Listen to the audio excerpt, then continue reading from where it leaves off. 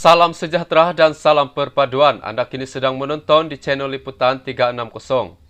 Ketua Parti Pejuang Tanah Air Wilayah Persekutuan Datuk Seri Khairuddin Abu Hassan mengumumkan peletakan jawatannya berkuat kuasa serta-merta.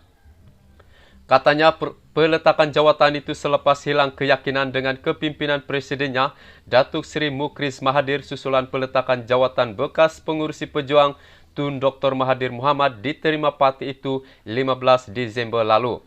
Mukris tidak mempunyai kualiti kepimpinan seperti bapanya yang juga pengurusi pejuang. Tun Dr. Mahathir Mohamad serta tidak mampu untuk memimpin parti katanya.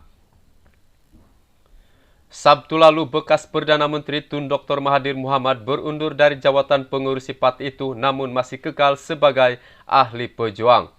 Seminggu sebelum itu, Ketua Pejuang Muda Dr. Abu Hafiz Salihuddin meletak jawatan selepas mengambil kira pelbagai pertimbangan termasuk rasa bertanggung jawab atas prestasi parti pada pilihan raya umum ke-15 lalu. Khairuddin menjelaskan dengan peletakan jawatan itu, beliau juga meletakkan jawatan sebagai ahli Majlis Eksekutif Pusat berkuat kuasa serta-merta dan pembubaran ahli jawatan kuasa Majelis Pimpinan Negeri Wilayah Persekutuan. Katanya, perjuangan beliau dulu, kini dan selamanya adalah demi wadah perjuangan mulia Dr. Mahathir. Perjuangan saya dulu, kini dan selamanya hanyalah berteraskan paksi sokongan kepada Tun Dr. Mahathir Mohamad yang sentiasa kekal berprinsip dan tidak pernah menipu dalam mana-mana perjuangan untuk menegakkan kebenaran demi bangsa negara maupun agama. Presiden Pejuang sudah tersasar jauh dari landasan perjuangan mulia Dr. Mahathir dan selama ini Mukris bersama dengan konco-konco beliau bermuka-muka dengan Dr. Mahathir saja katanya. Beliau mendedahkan dalam mesyuarat semua pemimpin bersetuju dengan Dr. Mahathir, tetapi di belakang mereka mengambil pendirian yang berbeza. Dalam mesyuarat MIP, mereka mengangguk sokongan, tetapi di belakang pengurusi mereka mengambil pendirian yang bercanggah dengan pendirian mesyuarat MIP. Mereka ini adalah kalangan pengkhianat dalam pejuang katanya.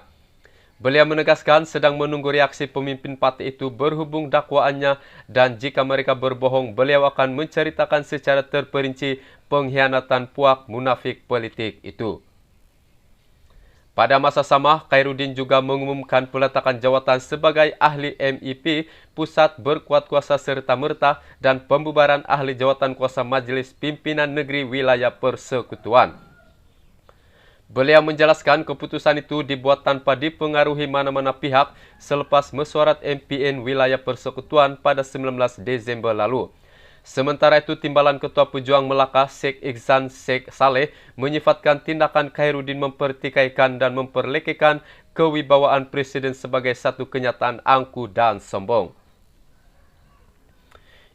Itu adalah hak beliau di bawah perlembagaan persekutuan untuk bebas memilih mana-mana parti yang ingin sertai, tetapi kenapa perlu memberi gambaran bahwa Presiden seolah-olah tidak mampu menggalas tugas memimpin parti? Pandangan ini adalah pandangan pribadi beliau dan tidak mewakili suara ahli-ahli akar umbi yang masih lagi yakin dan percaya pada Presiden untuk memimpin pejuang katanya. Beliau menyatakan tindakan Khairuddin membuat kenyataan Majelis Pimpinan Pejuang Wilayah Persekutuan terbubar, menunjukkannya sendiri sebagai ketua negeri tidak cekap dan fasih perlembagaan pejuang pasal 11 bahwa hanya Majelis Eksekutif Pusat saja mempunyai kuasa berkenaan pembubaran Majelis Pimpinan Negeri.